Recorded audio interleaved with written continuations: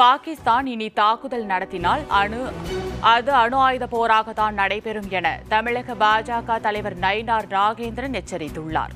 திருச்சியில் செய்தியாளர்களுக்கு பேட்டியளித்த அவர், இந்தியா பாகிஸ்தான் போரை அமெரிக்க அதிபர் டிரம்ப் நிறுத்தியது தொடர்பான கேள்விக்கு நீரும் ரத்தமும் ஒன்றாகாது என தெரிவித்தார். மேலும் யாருக்காகவும் போர் நிறுத்தப்படவில்லை என பிரதமர் மோடி கூறியதாகவும், இனி பாகிஸ்தான் தாக்குதல் நடத்தினால் அது அணு ஆயுத போராகத்தான் நடைபெறும் எனவும் நயினார் நாகேந்திரன் கூறினார்.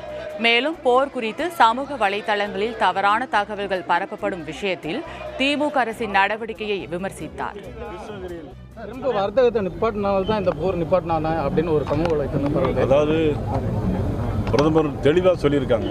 என்ன சொல்லியிருக்காங்கன்னா, நீரும் தண்ணீரும் ரத்தமும் ஒன்றாக முடியாது, யாருக்காக வேண்டி இந்த போரை நிறுத்தலை அப்படிங்கிறத தெளிவாக பிரைம் மினிஸ்டர் பேசியிருக்காரு.